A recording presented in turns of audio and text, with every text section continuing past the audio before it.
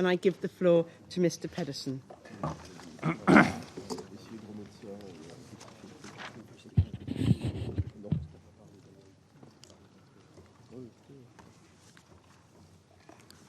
Thank you, Madam President.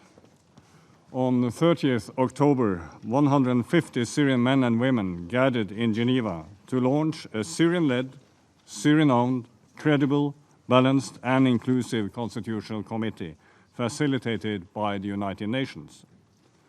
There were 50 members nominated by the government of the Syrian Arab Republic, 50 members nominated by the opposition Syrian Negotiations Commission, and 50 civil society activists and experts and other independents from inside and outside of Syria in the so-called Middle Third. This was a potentially historic moment.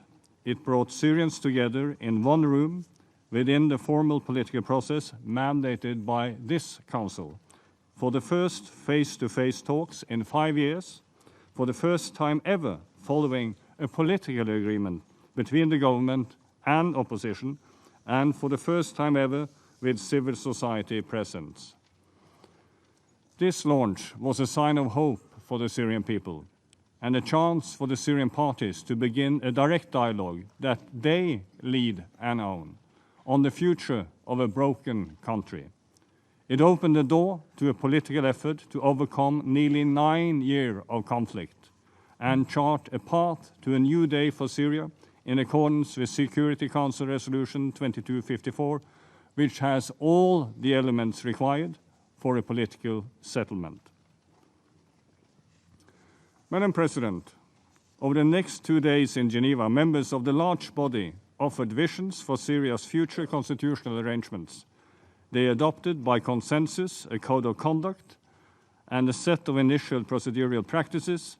An agreement was reached on the 45 members to work in the small drafting body. Thereafter, the small body, 15 from each 50, convened and reviewed ideas and proposals in the speeches delivered by the members in the large body and offered other ideas too. To identify potential constitutional principles, there were extensive exchanges and ideas put forward, and they agreed to return to Geneva this coming Monday, 25th November. Madam President, I commend committee members for their courage and patriotism in participating in these initial proceedings and for the way they did so. It was not easy. There was mistrust and suspicion and strong feelings among the members. There were deep feelings of anger and of loss, personal and national. Narratives, positions, and proposals diverged sharply. And at times, proceedings were painful and emotions ran high. And yet, everyone stayed engaged. The members of the committee agreed an initial agenda and listened to each other's discourse, and there were efforts in language, tone, gesture, and positioning to signal an openness to dialogue. With each passing day, there was a little more of this. I appreciated the business-like approach of the two equal co-chairs, Dr. Ahmed Kousbari, nominated by the government, and Mr. Hadi Al-Bara, nominated by the opposition. They respected their responsibilities and alternated the chairmanship of meetings. They enabled committee members to speak openly and frankly. They dealt in good faith with me and my team. Let me also observe that while we focus on what the parties say in the room, it is also important that public statements show commitment to the committee's work based on the political agreement that both parties made to launch it. There is work to be done in this regard.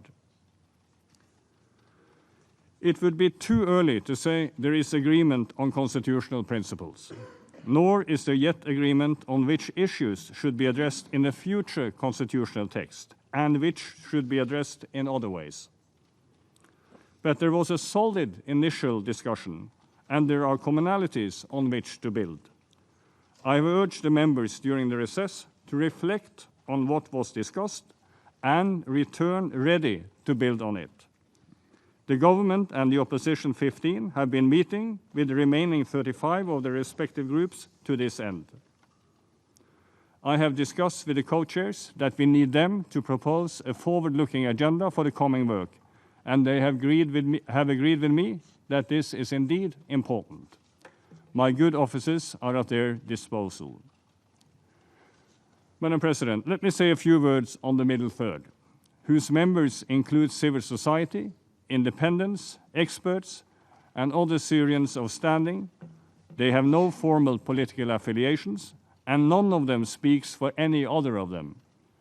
Like Syrian society in general, there are differences in their opinions, experiences, fears, objectives, and connections. Despite this, they sat together, worked together, and began their own long task of building trust and confidence with one another. As this effort proceeds, it will be important to enable the 15 in the small body to consult the remaining 35 in their group. I look forward to furthering initial discussions with them and the co-chairs in this regard. Let me also recall that around 30% of members are women. They made their voices heard on all issues. Gender equality and women's rights issues were prominent in discussions raised by both men and women, and are areas where I sensed some potential for initial common ground. Madam President, I should add that the Women's Advisory Board was convened in Geneva as the Constitutional Committee proceedings began, and its members showed once again an example on how a cross-section of Syrians can build trust and work together. I look forward to them convening again in Geneva in the not-too-distant future. I also look forward to continuing the process of consultations by the United Nations with a wide cross-section of Syrian civil society from both inside and outside Syria through the work of our civil society support room. And we expect further engagement in that framework fairly soon as well. Let me thank you, the Security Council, for uniting to support the Constitutional Committee. I was also glad to meet with the foreign ministers of Iran, Russia, and Turkey, and earlier with representatives of the small group in Geneva before the launch of the committee. Madam President, this brings me to the bigger picture. Undoubtedly, the work of the committee can build trust and confidence. But if confidence is to develop among the Syrian people in the political process, the dynamics on the ground need to begin to change. And that must start with fully respecting international humanitarian and human rights law and the protection of civilians. I am extremely concerned about renewed violence in Idlib. As you know, there are 3 million civilians in Idlib, many of whom have fled from fighting elsewhere in Syria and who have suffered and continue to suffer. There has been an escalation these past weeks in aerial bombardment, as well as ground-based attacks from both sides. Just 2 days ago, at least a dozen civilians were killed and 50 injured, including children, when a missile reportedly launched from Syrian government territory struck an IDP camp and near a maternity hospital. There have been significant developments in the northeast, a Turkish military intervention into Syria, together with Syrian-armed opposition forces, the Syrian government deploying troops in the northeast following an understanding with the Syrian Democratic Forces, a US-Turkish ceasefire understanding, a Turkish-Russian understanding, and leading to joint patrols along the Turkish border. And of course, the redeployment of US forces from large parts of the northeast to Deir ez-Zor and Hasakeh, including close to oil fields. While these understandings have reduced violence in the area, reports of clashes and shelling continue. More than 90 civilians have been killed, and while many have returned home, more than 75,000 remain displaced. Meanwhile, Israeli airstrikes near Damascus, which Israel said was in response to rocket launch towards Israel, reportedly killed 2 civilians. Madam President, all these dynamics are extremely worrying. We must step away from any trend that could lead towards a deeper international conflagration of Syria and the continued infringement of Syria's sovereignty, independence, unity, and territorial integrity. Resolution 2254 also calls for a nationwide ceasefire and a common approach to combating terrorism. The unsolved challenge of HTS, the danger of ISIL resurgence, and the continuing threat of foreign terrorist fighters only underlines the need for a cooperative approach, one that ensures stability, protects civilians, fully upholds international humanitarian law, promotes real calm, and prioritizes a political solution.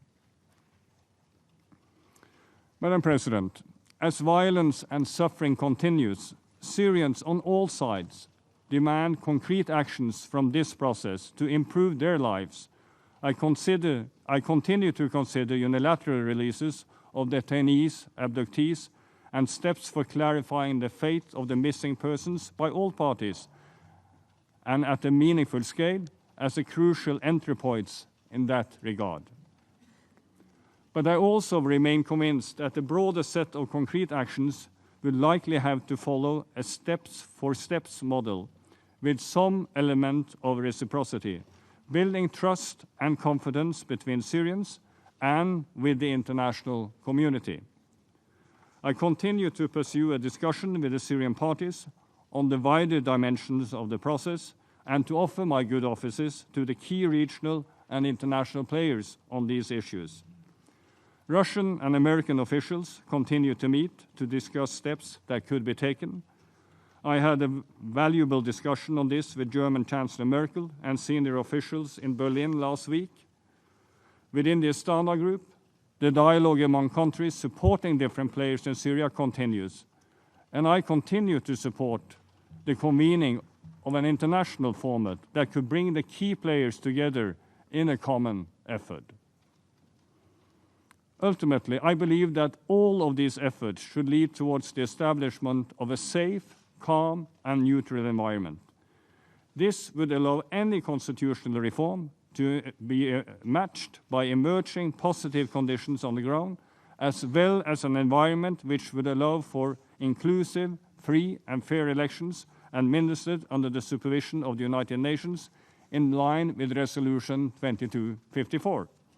And clearly, the steps to create such an environment would also contribute to refugees having the confidence to return in a voluntarily safe and dignified manner.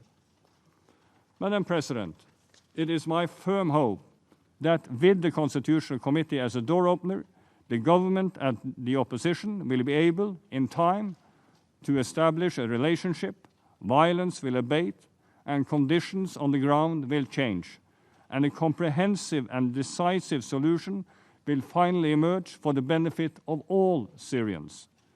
The Syrian parties who are leading and owning this process must seize the opportunity that the launch of the committee offers. And they and all of us must build around it a mutually reinforcing dynamic for the sake of the Syrian people.